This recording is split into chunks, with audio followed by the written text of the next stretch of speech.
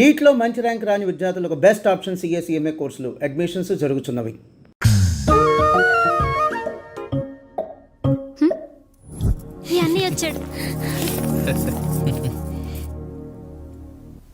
పిల్లల గదిలోకి వెళ్ళారా? వెళ్ళారండి. మీరెంత ఏంటి ఇంత రాత్రి అయినా ఇంకా పడుకోలేదా?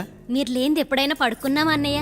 అందరం కలిసే కదా పడుకునేది మావయ్య. సరే సరే, అందరం పెద్దోడి గదిలో పడుకుందాం. ఈ రోజు వాడి శోభనం కదా, అసలే కొత్త. పక్కనుంటే ధైర్యంగా ఉంటుంది. పక్క నుండి దగ్గరుండి జరిపిద్దాం, పదండి.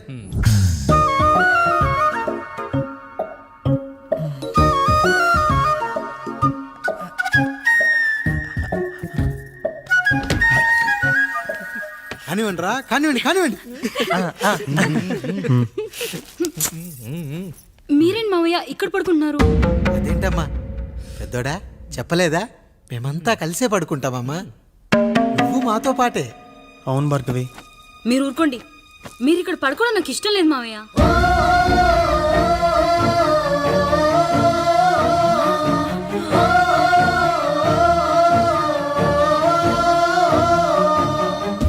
అదేంటమ్మా అలా అంటావు? ఎన్నో చూసాం, ఎన్నో చేశాం. దుక్కి దున్ని కోత కోయకుండానే ఈ విత్తనాలన్నీ మొలకొచ్చాయంటావా తల్లి? అవన్నీ నాకు తెలియదు మావయ్య. మర్యాదగా బయటికి వెళ్ళండి.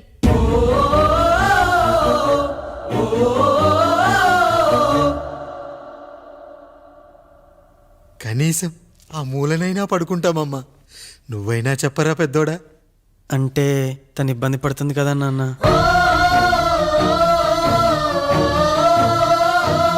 నువ్వు కూడా ఏంట్రా, పిల్లలేదో ఆశపడుతున్నారమ్మా. ఒక్కసారి ఆలోచించమ్మా. మావయ్య మీరు బయటికి వెళ్తే మేము తలుపులేస్తాం.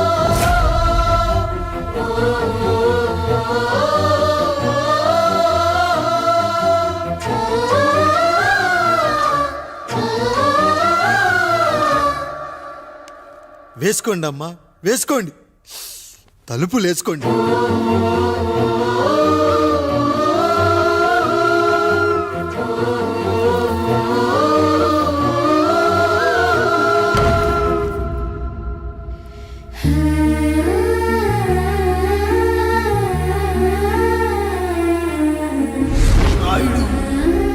బిడ్డలు జాగ్రత్త.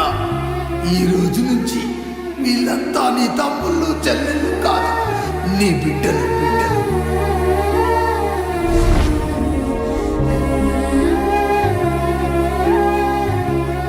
జానకి, ఏమండి? సావిత్రి, ఏమండి? లక్ష్మి, ఏమండి? మన గదిలోకి పదండి. ఇక నుంచి ఎవరి పిల్లలతో వాళ్ళ గదిలోనే పడుకోవాలి. ఇది ఈ రోజు నుంచి ఈ వంశానికి రాస్తున్న కొత్త శాసనం. అయ్యా అలా అనకండి అయ్యా. మీరు లేకుండా మేము ఎప్పుడైనా విడిగా పడుకున్నాం. అంతా కలిసే కదయ్యా పంచుకున్నాం. వెళ్ళరా వెళ్ళు. నీకు భార్య ఉంది, నీకు పడగది ఉంది. వేసుకోండి రా, మీరు వేసుకోండి. తలుపులు వేసుకోండి. మీరు కూడా ఏంటండి పిల్లలేదు? నర్మయ్, చిన్న పిల్లల వాళ్ళని ఉయ్యాల్లో ఆడించేటప్పుడు పక్కనే ఈ నాన్న కావాలి. బడికెళ్ళేటప్పుడు పక్కనే ఈ నాన్న కావాలి. గుడికెళ్ళేటప్పుడు కూడా పక్కనే ఈ నాన్న కావాలి. కానీ శోభనం గదిలో మాత్రం పక్కనే ఉంటానంటే బరువయ్యాను జానకి, బరువయ్యాను.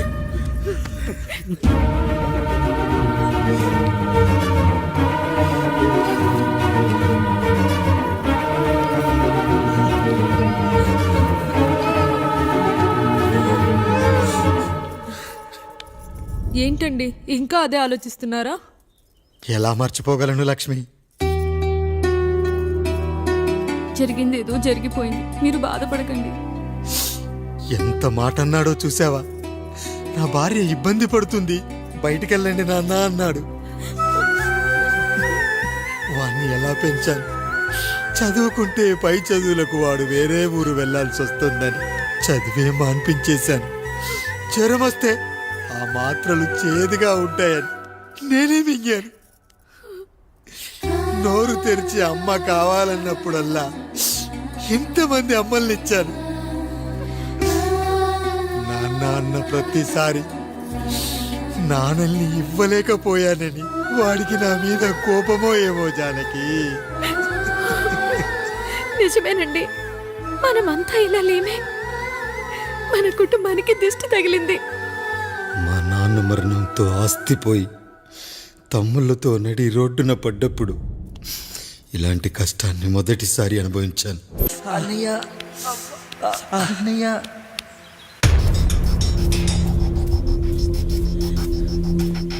అయ్యా అయ్యా, ఏంట్రా? రోడ్డు మీద కాలు కాలుతున్నా సరే తమ్ముళ్ళు చెప్పులు లేకుండా నడుస్తున్నారయ్యా, చెప్పులు లేకుండా నడుస్తున్నారయ్యా.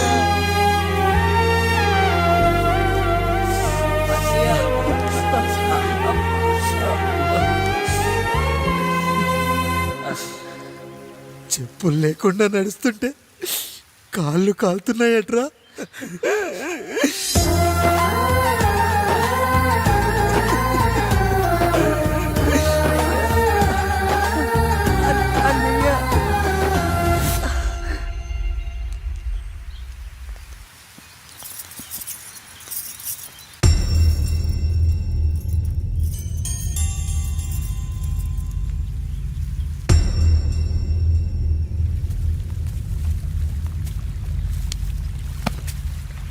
ఏరా కాముడు, అయ్యా బాధపడుతున్నావా? పెళ్ళేమైనా చేయమంటావా? వద్దులేండి అయ్యా, నాకు ఇది ఉందిగా చాలు, దీంతో నేను ఎలాగోలా సరిపెట్టుకుంటాను. దీనితో పాటు జీవితంలో నీకు ఓ తోడు కావాలి. రే గంటోడా, అయ్యా, ఇక నుంచి కష్టాల్లో సుఖాల్లో వీడికి అన్నీ నువ్వేరా. మీరు శాసించాక నేను వేరే ఏదైనా ఆశించగలనా పెద్దయ్యా?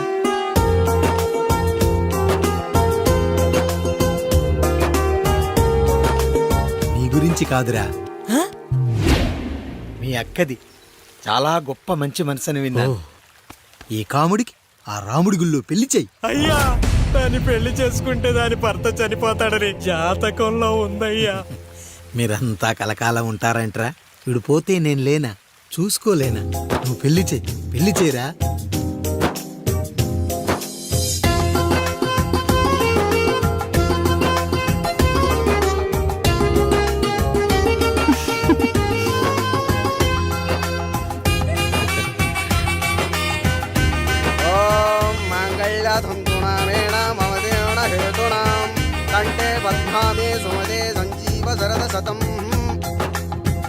అయ్యా, ఏంట్రా? మీ చేత్తో నాకు దొంగగా జీవితాన్ని ఇచ్చారు, ఇప్పుడు ఒక భర్తగా భార్యనిచ్చారు. అదే బంగారు చేత్తో ఒక్క ముడివేసి పెట్టండి అయ్యా, మీ నీడను మేము చల్లగా ఉంటాం.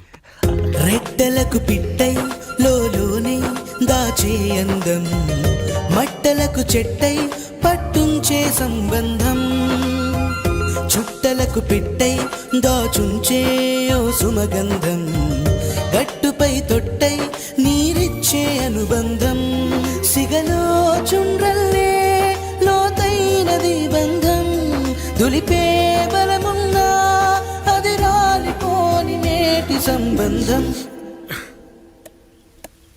ఏంటి బుజ్జి, ఏమైంది? పండు, నీకు పెళ్లి చేసిన మరుక్షణం నీ భర్త చనిపోతాడని జాతకంలో ఉంటే ఆయన నన్ను నీకిచ్చి పెళ్లి చేశారు. నేను పోతే నా భార్య పరిస్థితి ఏంటయ్యా అని అడిగితే నేను లేనారా అన్నారు. ఆయన చేసిన త్యాగం మామూలు త్యాగం కాదు. ఒకవేళ పొరపాటున నాకేమైనా జరిగితే? అయ్యయ్యో, అంత మాట అనకండి. మీరు వేరే చెప్పాలా? మొన్నటిదాకా తమ్ముడు, ఇప్పుడు ఈ కాముడు, తర్వాత రాయుడు. ఒరేయ్ కాముడు, పెళ్ళైన దగ్గర నుంచి మీరు సరదాగా గడిపిందే లేదు. మీరిద్దరూ సరదాగా హనీమూన్కి వెళ్ళిరండి. ఏ ఊటీకో కొడైకెనాల్కో. ఇదిగో టికెట్లు. అయ్యా, మీరు దేవుడయ్యా. ఇక్కడ పనులాగకుండా నువ్వు ముందుగా వెళ్ళిరా. నువ్వు తిరిగి వచ్చిన తర్వాత పండు వెళ్తుందిరా. అయ్యా, ఒక పని మనిషిని మీరు ఇంతగా ఆదరిస్తున్నారయ్యా. నువ్వు పని మనిషి ఏంటి పండు? నీలాంటి స్త్రీమూర్తిని ప్రతి మగాడు అమ్మలా చూసుకోవాలి. ఇక నుంచి నా బిడ్డలు నిన్ను అమ్మా అని పిలుస్తారు, అమ్మలా చూసుకుంటారు. ఏమంటావు జానకి? రెట్టలకు పిట్టై లోలోనే దాచే అందం, మట్టలకు చెట్టై పట్టుంచే సంబంధం, చుట్టలకు పిట్టై దాచుంచే ఓ సుమగంధం, ఎంత బాధగా ఉంటుంది అన్నకి ఇంకెంత బాధగా ఉంటుంది. సిగలో చుండ్రల్లే బాధ నా బాధ కాదట్రా. దులిపే బలమున్నా అది రాలిపోని నేటి సంబంధం.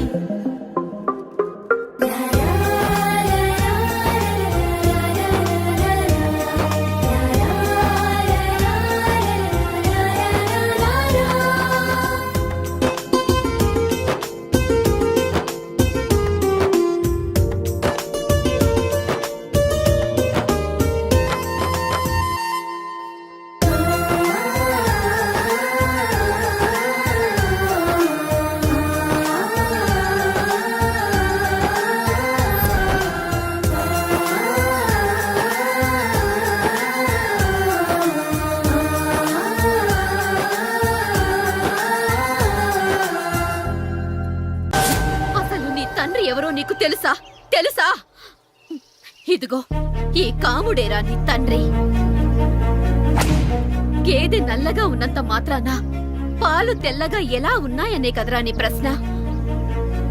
దానికి సమాధానం చెప్పాలంటే ఒక వర్షం కురిసిన రాత్రి నేను 9వ నెల బాలింతగా ఉన్నప్పుడు. పండు పండు ఇదిగో ఏమిటండి ఇది?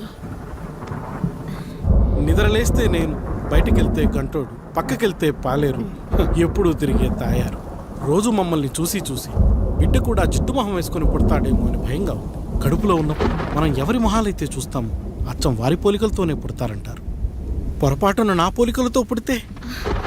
అదేంటి కాముడు, నీకేం తక్కువ? జుట్టు ఉండాల్సిన చోట లేకుండా అవసరం లేని చోట విపరీతంగా పెరిగిపోతుంది.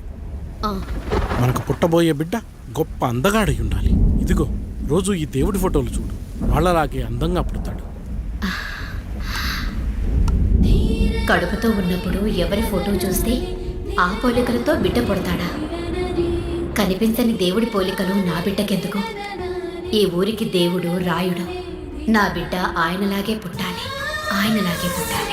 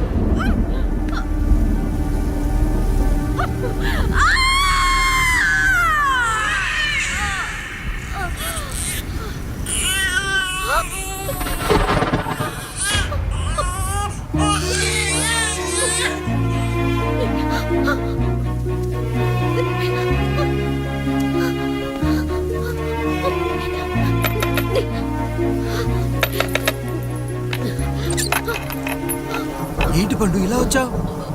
అయ్యా, తప్పు జరిగిపోయింది పెద్దయ్యా. ఏం జరిగింది? అసలే నువ్వు ఒట్టి మనిషి కూడా కాదు. ఒక్కసారి ఇటు చూడండి అయ్యా.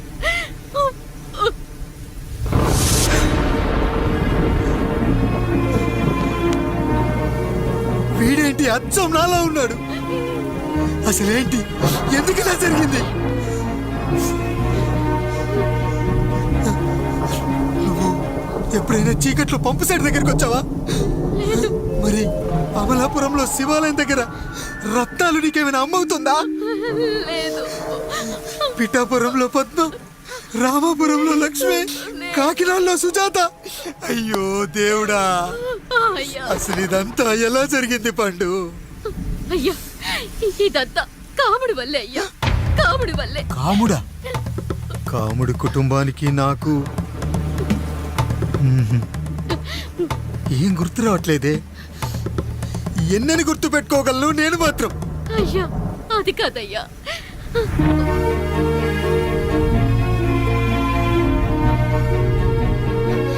అలా రోజు మీ ఫోటో చూసి చూసి అచ్చం మీలాగే పుట్టాడు. అయ్యో, నా పోలికతో బిడ్డ కావాలనుకోవడం ఏంటి పండు? నువ్విలా చేయడం ఏంటి పండు? పోలికల కోసం ఫోటోలు ఎందుకు చూసావు పండు? అందుకే కదయ్యా ముందు ఆ డైలాగ్ చెప్పాను, తప్పు జరిగిందని. ఇప్పుడు ఏం చెయ్యాలయ్యా? స్వచ్ఛమైన మన ప్రేమను ఈ పాడులోకం అర్థం చేసుకోదు. కనీసం మీ ఇద్దరి జీవితం బాగున్నా ఆనందపడేవాడి. వీణ్ణి ఇక్కడ ఉంచొద్దు పండు, బయటికి పంపించు.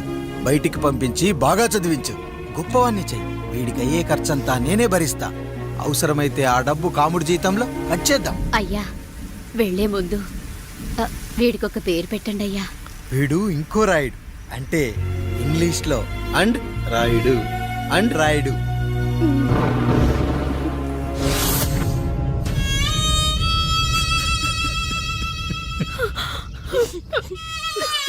ఇది రా నీ కథ, నా గతం. నిన్ను చదివించడం కోసం ఆయన మీ నాన్న జీతంలోంచి నెలకి 3,000 4,000 కోసేసిచ్చేవారు. అప్పుడు ఆయన పడిన బాధ పగవాడు కూడా పడకూడదు. చూసావారా, దేవుడు లాంటి పెద్దయ్యని అనవసరంగా అనుమానించి నువ్వు ఎంత పెద్ద తప్పు చేసావో అర్థమైందా? ఒకడు నిమ్మకాయ పెట్టి పసుపు వేసి ఉప్పు కలిపి పులిహోర చేయొచ్చు, కానీ ఆ పులిహోర ఎప్పటికీ దేవుడి ప్రసాదం. నువ్వు ఆ దేవుడి ప్రసాదం. ఇక ఆయనే మీ నాన్న. చూసావా అమ్మా, ఈ రోజు నుంచి నాకు 3 అమ్మలు 2 నాన్నలు. నీకు మాత్రం ఒక్కడే భర్త, నాన్నకు మాత్రం ఒక్కటే భార్య. మా నాయనే. అయ్యా, బిడ్డను ఒక్కసారి ఎత్తుకొని తిప్పండి అయ్యా. బాబు, నాన్న,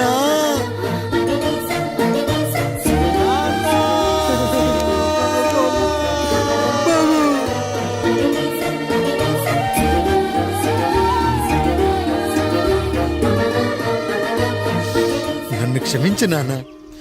ఇప్పటికైనా నిజం అర్థం చేసుకున్నావు. అది నాకు చాలురా, చాలు. చాలదు నాన్న. నిన్ను ఏలెత్తి చూపిన జనంతో చెయ్యెత్తి దండం పెట్టించాలి. అన్నయ్య కంటే ఆస్తి ముఖ్యమనుకున్న మన కుటుంబానికి గుణపాఠం నేర్పించాలి. ఇక నాకు వదిలే నాన్న, నేను చూసుకుంటా.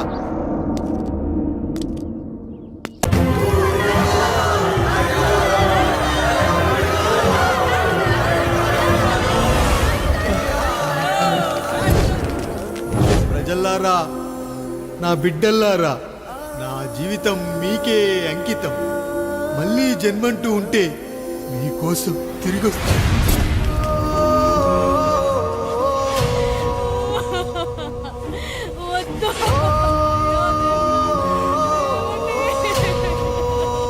వద్దయ్యా, వద్దు, వద్దయ్యా, వద్దయ్యా.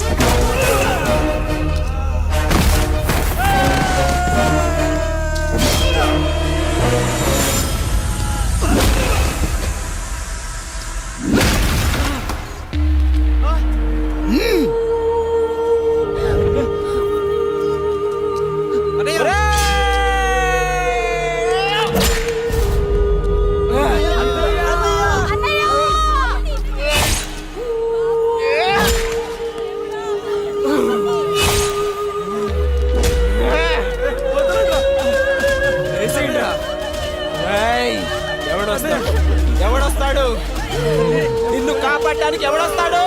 ఏసేట్రా